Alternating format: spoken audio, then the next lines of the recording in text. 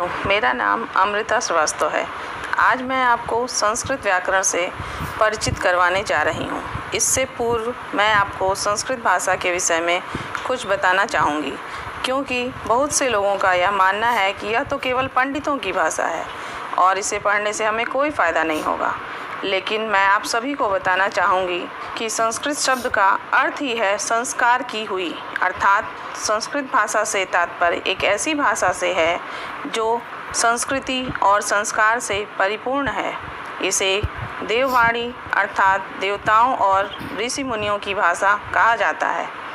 आप सभी जानते हैं कि हिंदी हमारी मातृभाषा है, लेकिन क्या आप जानते हैं कि संस्कृत को सभी भाषाओं की जननी माना जाता है, अर्थात माँ।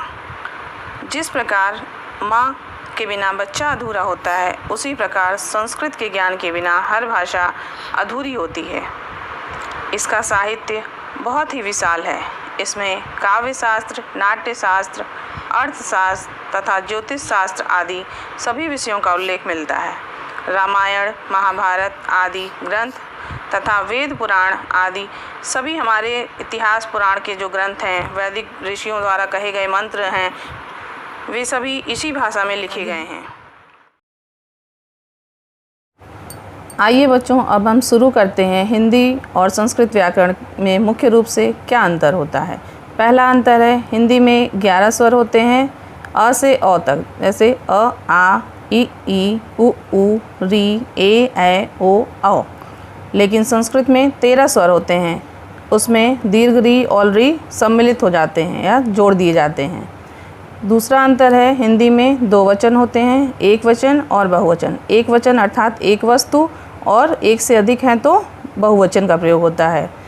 लेकिन संस्कृत में 3 वचन होते हैं, एक वचन एक वस्तु के लिए, वस्तुओं के लिए द्विवचन और 2 से अधिक वस्तुओं के लिए बहुवचन। तीसरा अंतर है, हिंदी में 2 लिंग होते हैं, पुल्लिंग यानी पुरुष जाति के बोध जो कराते हैं उन्हें पुल्लिंग कहते हैं, और जो शब्द स्त्री जाति का बोध कराते हैं उन्हें स्त्रीलिंग कहते हैं। लेकिन संस्कृत में 3 लिंग होते हैं, पुरुष जाति का बोध कराने वाले पुल्लिंग, स्त्री जाति का बोध कराने वाले स्त्रीलिंग, और जो नपुंसक लिंग यानी निर्जीव वस्तुएं होती हैं उन्हें नपुंसक लिंग के अंतर्गत गिना जाता है। चौथा अंतर है, हिंदी में कारक के 8 भेद होते हैं, कर्ता कारक, कर्म कारक, करण कारक, संप्रदान कारक, अपादान कारक, संबंध कारक, अधिकरण कारक और संबोधन कारक। लेकिन संस्कृत में 6 कारक होते हैं। इसमें संबंध और संबोधन कारक को सम्मिलित नहीं किया जाता है। इसके लिए बस इतना ही, इसको रिवाइज करें।